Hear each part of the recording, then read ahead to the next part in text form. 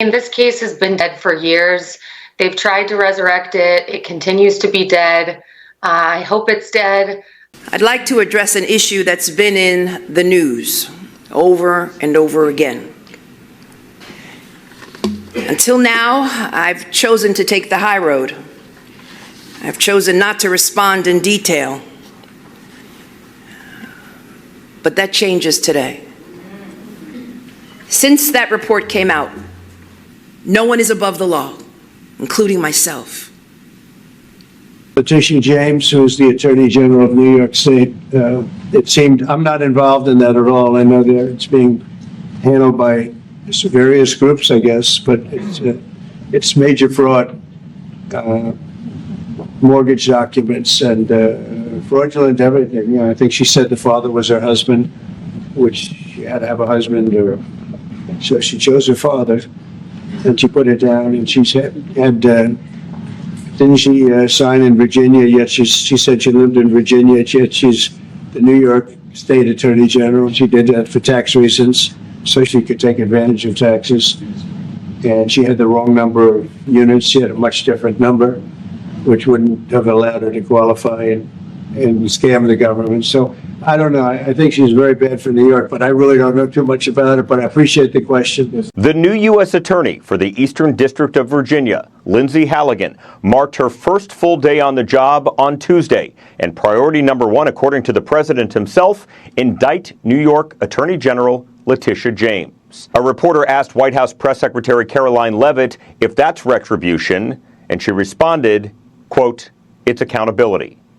We are not going to tolerate gaslighting from anyone in the media or from anyone on the other side who is trying to say that it's the president who is weaponizing the DOJ. It was Joe Biden and his attorney general who weaponized the DOJ. Joe Biden used this sacred American institution to go after his political opponent in the middle of an election year.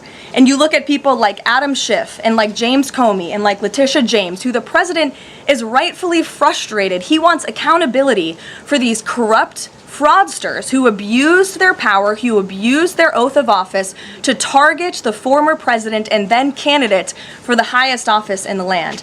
And I think the president is reaffirmed in those frustrations and his hope for accountability by the millions and millions of people who reelected him to this office with a mandate to demand accountability. And the president has not been shy about this, Gabe. In fact, when he traveled to the Department of Justice earlier this year, all of you were there to cover it. He said, quote, "I demand a full and complete accountability for wrongs and abuses that have occurred. The American people gave a mandate to investigate and root the corruption out of our system," and that's what the president wants to see done. The case against Letitia James was extensively investigated for 5 months, and President Trump's handpicked Attorney General Eric Siebert could not find any evidence that he committed a crime. So is the president saying here it doesn't matter if there's a crime, he just wants his political enemies to be charged? Well, let me just walk you through Letitia James. Letitia James completely abused her oath of office. Letitia James was actively and openly engaged in lawfare. You talk about weaponizing the Department of Justice. What was Letitia James's campaign slogan? It was prosecute Donald Trump. She was saying she was going to prosecute Donald Trump before she even knew if Donald Trump committed a crime, which of course we did not. Those are not the words of a serious prosecutor. Those are the words of a corrupt politician who is abusing their power. She actively campaigned on that. She also led the witch hunt, the financial fraud investigation against President Trump and the Trump Organization, and an appeals court tossed that case out, a $500 million civil fraud penalty in August, which was another win for the president, and exonerated him of this witch hunt and showed that this is an individual who is corrupt and abused her oath of office. And we also have evidence of her mortgage fraud. An April report from a white-collar fraud investigator found that there was documented evidence that James engaged in a consistent pattern of financial and property disclosures that raise serious legal questions. But why won't the president accept the conclusions of his Justice Department to not bring charges against Letitia James. In fact, you had Bondi and Blanche, top DOJ leadership, who were against ousting Eric Siebert, who again was picked by President Trump. I just answered that question for you, and the president has every right to express how he feels about these people who literally campaigned on trying to put him in jail, who literally tried to ruin his life and ruin his businesses, and he wants to see accountability for those who abuse their office and abuse their power. And Letitia James absolutely did that, whether you want to admit it or not. Is that not Jeff, retribution, though? Jeff, it's accountability. Thanks. Jeff. Why is what Donald Trump is doing to James Comey any different than what Letitia James and, frankly, the Biden Justice Department did to Donald Trump? Well, I don't know what they did to Donald Trump. You know, a jury found him guilty on 34 felonies. You're conflating two cases, but okay. Well, Letitia James said, no, what I'm trying to say is Letitia James said, on camera, I am running to get Donald Trump. And she did. And Democrats were just fine with that. Rule of law, rule of law. Donald Trump ran on, I am going to get my political enemies and do unto them what they have done unto me, which is he's doing right now.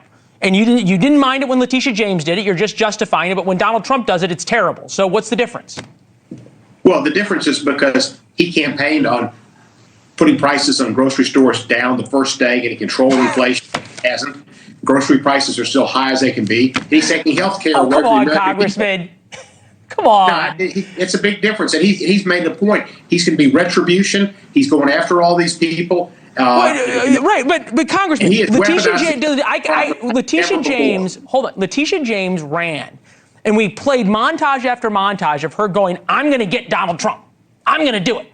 And Democrats had no problem when she did. In fact, as you just said, they followed the law. They had a jury. Letitia James brought charges, blah, blah, blah, blah. But when Donald Trump runs on getting his opponents, now the Democrats are so concerned about lawfare. And I'm just wondering why you weren't concerned when Letitia James was doing it. I agree it's terrible, but why the hypocrisy? In this case, all of the professionals apparently in the Justice Department, including Mr. Siebert, who's apparently was an outstanding attorney and would have been a great U.S. attorney for the Eastern District, said there was not the facts to indict Mr. Comey. And yet he hired a woman who's a real estate lawyer and put her down there, changing the focus and the professionalism. So it matters who at the Justice Department does it. I'm still trying to get to this core. No, sir. I'm trying to start. No, hold on. I'm trying to get to this core issue. A politician says, I am going to get somebody. I'm going to use the power of the judiciary to get a person, just like Beria did in the Soviet Union, right? Show me the man, I'll find you the crime. Which is exactly what Letitia James did. I'd argue it's exactly what the Justice Department did to Donald Trump, but neither here nor there. And it's exactly what Donald Trump is doing, right, to James Comey. You are upset about it now that Trump's doing it. You weren't when Letitia James doing it. What's the difference? There's so many differences. In this case, you've had all these professionals say there's not a case. He gets in a woman, no business being U.S. attorney, tells her, go indict them. Get my opponents and indict them. And it happened. This is direct interference, and it's scary for the future of the Justice Department. Members of the U.S. Attorney's offices are resigning. It happened in New York, in the Southern District. It's happened in Virginia. It's happened in other places. People don't feel comfortable with this Justice Department. Because the prior top prosecutor in the Eastern District of Virginia wouldn't bring a case against the Attorney General of New York, Tish James, for mortgage fraud accusations in Norfolk, Virginia, that Tish James unequivocally denies. The prior U.S. Attorney, Eric Siebert, was a Trump appointee, brought in just a few months ago at the start of the administration. And the replacement, the successor who was sworn in midday today, is Lindsay Halligan, who is a Trump aide, former Trump lawyer. She represented him in the classified records case that was dropped in 2024 in Florida. And there is concern that if you have a loyalist in a prosecutor's position, a loyalist may do the work of the administration in addition to the work of the Justice Department. What else can we say about the president's seeming order to Pam Bondi and how it might influence not just what happens in the Eastern District of Virginia, but nationwide? There's an appearance issue, whether that's an order, a recommendation, or a suggestion from the president. It shatters the norm of independence between the Department of Justice and an administration, one that's been there since the Nixon era. You have an independent justice system that pursues cases on their merits, not because of political recommendations from the administration. That image is gone if you have social media posts that direct the Attorney General to prosecute 3 people by name. That has a fundamental issue inside the Department of Justice. It may cause some turnover. Some people may leave versus stay and work in that environment, but also could have a real practical impact on the cases. That's a defense lawyer's dream, to show that social media post to a jury and say, this is why the case was brought, not because my client committed a crime. That's all for today. Thank you. If you want global news to keep you up to date on any new developments, please subscribe our channel and forward our content with your friends on social media and email. Thank you very much for keep supporting me. Stay safe, be blessed. Namaste. Thank you, God bless you, and God bless America.